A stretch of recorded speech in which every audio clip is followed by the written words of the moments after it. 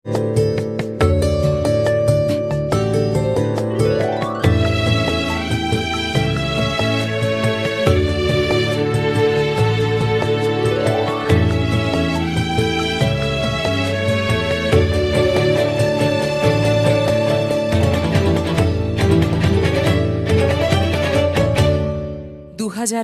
সাল ব্রততী পরম্পরা পূর্ণ করল 10 বছর।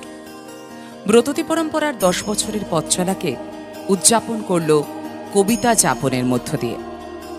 8 এবং 9 মার্চ পিসি চন্দ্র গার্ডেনে অনুষ্ঠিত হল আবৃত্তির কর্মশালা ও কবিতার উৎসব।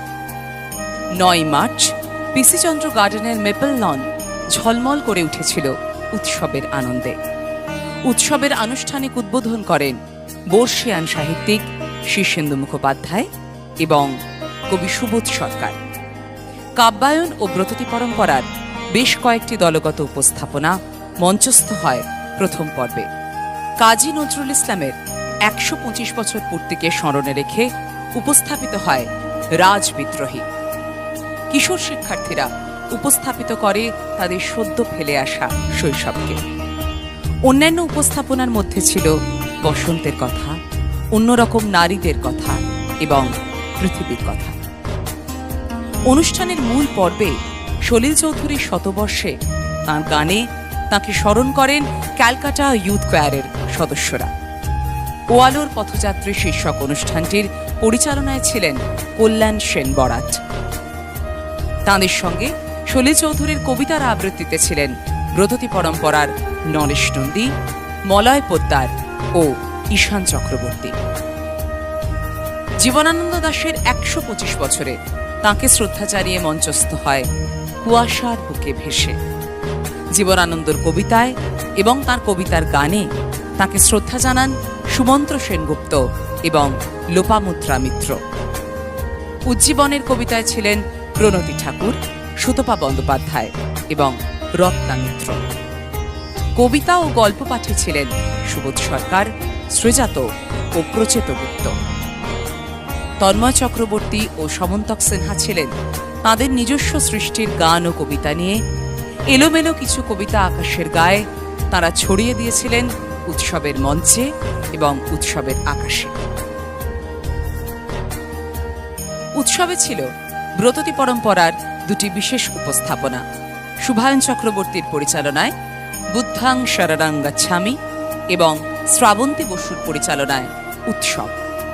উৎসবটি উপস্থাপিত করেছিলেন সংস্থার প্রশিক্ষকরা। অনুষ্ঠান শেষ হয় সুচিত্রা মিত্রর জন্মশতবার্ষিকীতে তাঁর প্রতি শ্রদ্ধা জানিয়ে। ব্রততী বন্দ্যোপাধ্যায় এবং জয়তী চক্রবর্তী মঞ্চস্থ করেন চণ্ডালিকা নাটকের নির্বাচিত অংশ তোমারই মাটিরও কন্যা। এই প্রসঙ্গে স্মরণীয়, ব্রততী বন্দ্যোপাধ্যায় সুচিত্রা মিত্র ছাত্রী ছিলেন বেশ কিছুদিন। একসময় তিনি সুচিত্রা মিত্রর সঙ্গে মঞ্চস্থ করেছিলেন এই উপস্থাপনাটি। কর্মশালা অনুষ্ঠিত হয় 8ই মার্চ। কর্মশালার বক্তাদের মধ্যে ছিলেন ডক্টর কুণাল সরকার।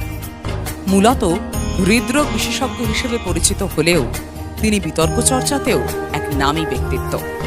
ওই কর্মশালায় তিনি আলোচনা করেছিলেন ভালো বিতর্ক করতে গেলে কিভাবে কথা বলতে হয়, উচ্চারণ করতে হয়, যুক্তি দিয়ে বক্তব্য সাজাতে হয় এবং সঙ্গে সূক্ষ্ম রসবোধেরও পরিচয় দিতে হয়। Voice therapist doctor Somnath Mukhopadhyay আলোচনা করেছিলেন সুস্থ কণ্ঠস্বর নিয়ে। সোহিনী সেনগুপ্ত আলোচনা করেছিলেন বাচিক অভিনয় নিয়ে। স্পষ্ট কথন এবং আত্মবিশ্বাস বাচিক অভিনয়ের যে একটি গুরুত্বপূর্ণ অঙ্গ, সে কথা উঠে এসেছিল তাঁর আলোচনায়। মৃণাল চক্রবর্তী জানিয়েছিলেন কিভাবে আত্মবিশ্বাসকে খুঁজে নিতে হয়।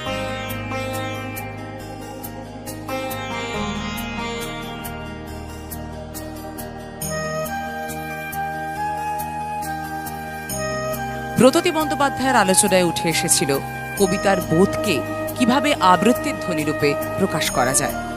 সকলেই শ্রোতাদের সঙ্গে ভাগ করে নিয়েছিলেন তাঁদের নিজেদের অভিজ্ঞতা, যা এই কর্মশালাটিকে অন্য মাত্রা দিয়েছিল। এই উৎসবের আগে জানুয়ারি মাসের 17 তারিখ রাজপুর রবীন্দ্র ভবনে সোনারপুর শাখার ছাত্রছাত্রীরা উদযাপন করে তাদের বার্ষিক অনুষ্ঠান। অংশগ্রহণ করেন শাখার শিক্ষার্থীরা। 8ই জানুয়ারি নৈহাটি জেলায় সৃষ্টিশ্রী মেলায় ব্যারাকপুর শাখার শিক্ষার্থীরা এবং কোন্নগর বইমেলায় শ্রীরামপুর শাখার শিক্ষার্থীরা উপস্থাপিত করে রবীন্দ্রনাথ ঠাকুরের পূজারিণী অবলম্বনে আবৃত্তি আলেখ্য বুদ্ধাং শরণাং গচ্ছামি। ফেব্রুয়ারি এবং মার্চ মাসে শ্রীরামপুর শাখার শিক্ষার্থীরা ঋষরাতে 3টি বসন্ত উৎসবে অংশগ্রহণ করে। তাঁদের উপস্থাপনায় ছিল কবিতা সংকলন রং উঠছে। মে মাসে পশ্চিমবঙ্গ সরকারের তথ্য ও সংস্কৃতি দপ্তর আয়োজিত কবি প্রণামে রবীন্দ্র সদনে দলগত আবৃত্তিতে অংশ নেয় ব্রততী পরম্পরা। উপস্থাপিত হয় বিশ্বতীর্থে রবীন্দ্রনাথ। এই উপস্থাপনাটি মঞ্চস্থ হয় নবনালন্দা স্কুলের কবি প্রণামেও নজরুল মঞ্চে। তথ্য ও সংস্কৃতি বিভাগ আয়োজিত হুগলি জেলার কবি প্রণামে অংশ নেয় চুঁচুড়া শাখার শিক্ষার্থীরা। জুন মাসে রবীন্দ্র ওকাকুরা ভবনে শ্যামবাজার চুঁচুড়া শাখার শিক্ষার্থীদের বার্ষিক অনুষ্ঠান হয়। এই অনুষ্ঠানে বিশেষ আমন্ত্রণ জানানো হয়েছিল বেহালা শাখাকে। অংশ নিয়েছিল পোয়েটিক্স বিভাগের শিক্ষার্থীরাও। পরপর 3 বছরের এই সার্টিফিকেট কোর্সটি এবছর ছিল প্রথম ব্যাচের সমাপ্তি পর্ব। এই অনুষ্ঠানে সফল শিক্ষার্থীদের হাতে শংসাপত্র তুলে দেওয়া হয়।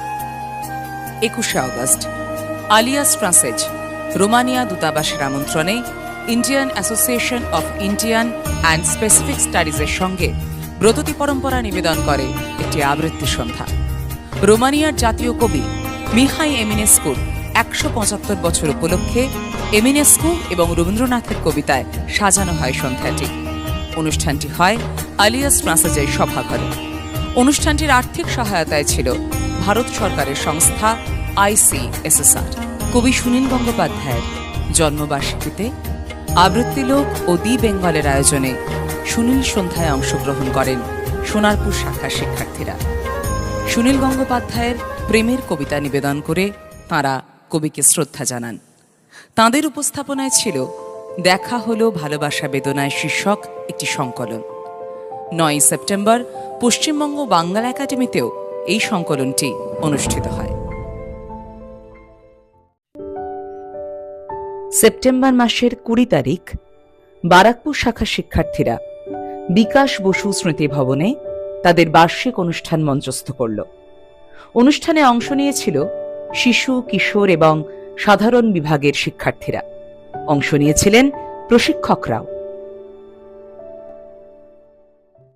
22শে সেপ্টেম্বর ত্রিগুণা সেন অডিটোরিয়ামে ব্রততী পরম্পরা ও কাব্যায়নের উদ্যোগে উদযাপিত হয় আগমনী। অংশগ্রহণ করে গল্ফ গ্রিন, কবির রোড ও সল্টলেক শাখার ছাত্রছাত্রীরা। সংস্থার বর্ষিয়ান সদস্য, যাঁদের সমবেতভাবে আমরা অঞ্জলি নামে অভিহিত করি, তাঁদের উৎসাহেই মূলত তাঁদেরকে কেন্দ্র করে উদযাপিত হয় সংস্থার বিজয়া সম্মেলনী। অঞ্জলি সদস্যরা ছাড়াও এই অনুষ্ঠানে অংশ নেয় বেহালা এবং সোনারপুর শাখার কিশোর ও তরুণ শিক্ষার্থীরা। ভিক্টোরিয়া মেমোরিয়ালের সহযোগিতায় কলকাতা ক্রিয়েটিভিটি সেন্টার আয়োজিত উৎসব 4 কেসিসিস annual festival celebrating young performing artist অনুষ্ঠানে ব্রততী পরম্পরার 6 জন ছাত্রছাত্রী নির্বাচিত হন। এরা হলেন অয়ন্তিকা দাস, ঐশানী মজুমদার, সহেলী সাহা, সম্পূর্ণা দাস, সাম্য গোলদার এবং হৃদেশা দেবনাথ। ঐতিহ্যময় ভিক্টোরিয়া মেমোরিয়াল প্রাঙ্গণে 4 এবং 5ই ডিসেম্বর এই কিশোর এবং তরুণ শিল্পীরা আবৃত্তি পরিবেশন করেন। ডিসেম্বর মাসে চুঁচুড়া জেলা বইমেলায় অংশগ্রহণ করেন চুঁচুড়া শাখার শিক্ষার্থীরা। কলকাতা জেলা বইমেলায় অংশগ্রহণ করেন গল্ফ গ্রিনের ছাত্রছাত্রীরা। বর্ষ শেষে ব্রততী পরম্পরার বিভিন্ন শাখা শিক্ষার্থীদের নিয়ে অনুষ্ঠিত হল বার্ষিক অনুষ্ঠান। 18 ডিসেম্বর কলকাতার রবীন্দ্র সদন প্রেক্ষাগৃহে এই অনুষ্ঠানটি হয়। অংশ নিয়েছিল বেহালা, সোনারপুর, চুঁচুড়া, শ্রীরামপুর, বারাকপুর, শান্তিনিকেতন, শ্যামবাজার শাখা এবং অনলাইন শিক্ষার্থীরা। এছাড়াও ছিল প্রশিক্ষকদের একটি বিশেষ উপস্থাপনা ডিফিকাল্ট টু লাভ। এই অনুষ্ঠানের মূল আকর্ষণ ছিল ব্রততী বন্দ্যোপাধ্যায় এবং মনোময় ভট্টাচার্যের যৌথ উপস্থাপনা কফি হাউসের সেই আড্ডাটা। সারা বছর নিজেদের ছোট ছোট অনুষ্ঠান এবং সৃজনশীল প্রশিক্ষণের কাজও করে চলেছে ব্রততী পরম্পরা সমানভাবে। গরমের ছুটিতে সল্টলেক এবং কবি রোড শাখার ছোটদের নিয়ে কবিতার সঙ্গে মাইমের প্রয়োগ নিয়ে একটি কর্মশালার আয়োজন করা হয়। অনলাইন শিক্ষার্থীদের নিয়েও একটি অফলাইনে কর্মশালা অনুষ্ঠিত হয়। শিশু দিবস উপলক্ষে কবিতা, গল্প ও নাটক নিয়ে পাপেট সহযোগে একটি বিশেষ ক্লাসের আয়োজন করে বেহালা শাখা। এছাড়াও প্রতিটি শাখা তাদের নিজস্ব পরিসরে উদযাপন করে রবীন্দ্র নজরুল সুকান্ত জয়ন্তী, স্বাধীনতা দিবস, আগমনী, বিজয় সম্মেলনী, বড়দিন এবং বর্ষশেষের অনুষ্ঠান। বিভিন্ন বিশ্ববিদ্যালয়ের অধ্যাপক এবং বিশেষজ্ঞদের বক্তৃতা ও আলোচনা সভার আয়োজন করে থাকে ব্রততী পরম্পরা ও কাব্যায়ন। অনুষ্ঠানের পর আসি প্রশিক্ষণ সংক্রান্ত সংবাদে। এবছর বিশ্বভারতী বিশ্ববিদ্যালয়ের বাংলা বিভাগের অধ্যাপক বিশ্বজিৎ রায় বিশেষ কয়েকটি ক্লাসে রবীন্দ্র সাহিত্য, বাংলা সাহিত্য এবং বাচিক শিল্পচর্চার আলোচনায় সমৃদ্ধ করেন শিক্ষার্থীদের। 2025 সালে রামকৃষ্ণ মিশন বিদ্যামন্দির বেলুড় এবং ব্রততী পরম্পরার যৌথ উদ্যোগে আয়োজিত হল সংবাদ পাঠ ও সঞ্চালনার 6 মাসের একটি শিক্ষাক্রম। এই কোর্সটির ক্লাস হয়েছিল রামকৃষ্ণ মিশন বিদ্যামন্দির বেলুড়ের বোস হাউস ক্যাম্পাসে। প্রশিক্ষণ দিয়েছিলেন ব্রততী পরম্পরার প্রশিক্ষকরা। আগামী জানুয়ারি থেকে কোর্সটির দ্বিতীয় ব্যাচের প্রশিক্ষণ শুরু হতে চলেছে। ব্রততী পরম্পরার নিজস্ব সার্টিফিকেট কোর্স পোয়েটিক্সের তৃতীয় এবং শেষ বছরের সমাপ্তি ঘটল 2025-এ। 16 জন ছাত্রছাত্রী এই 3 বছরের কোর্সটি সম্পূর্ণ করল। পোয়েটিক্সের দ্বিতীয় পর্বের প্রশিক্ষণ শুরু হয়েছে গত এপ্রিল মাসে। 2025 সালের এপ্রিল মাসে সিঁথিতে শুরু হয়েছে কাব্যায়নের নতুন প্রশিক্ষণ কেন্দ্র। কয়েক মাসের মধ্যেই সার্থকভাবে এগিয়ে চলেছে এই প্রশিক্ষণ কেন্দ্রটি। এই এপ্রিল মাসে শুরু হয়েছে কাব্যায়নের নিজস্ব আন্তর্জাতিক প্রশিক্ষণ। ব্রততী পরম্পরার সংবাদ পাঠ এবং সঞ্চালনার পাঠ্যক্রমটি চলেছে পূর্ণ উদ্যমে। এই কোর্সের প্রশিক্ষণের কাজে যুক্ত আছেন শাশ্বতী গুহ ঠাকুরতা, বিপ্লব গাঙ্গুলি, অভিজিৎ দাশগুপ্ত, কৃষ্ণ সর্বরী দাশগুপ্ত, সুদীপা গুহ এবং ব্রততী বন্দ্যোপাধ্যায়। ব্রততী পরম্পরার উদ্যোগে প্রকাশিত হয়ে চলেছে পত্রিকা মনভাসী। পুজো সংখ্যাটি প্রকাশিত হয় বই আকারে এবং অন্যান্য সংখ্যা প্রকাশিত হয় অনলাইনে। পত্রিকাটির সম্পাদনার দায়িত্বে আছেন কৃষ্ণ সর্বরী দাশগুপ্ত। বছরের শেষ পর্বে এসে আমরা ফিরে দেখলাম বছরটিকে। 10 বছরের পথ চলা পূর্ণ করল ব্রততী পরম্পরা। কাব্যায়ন পূর্ণ করল 35 বছর। এরকম আরও অনেক বছর আমরা এগিয়ে চলব, এই আশা নিয়েই আমরা শুরু করব আমাদের নতুন বছর।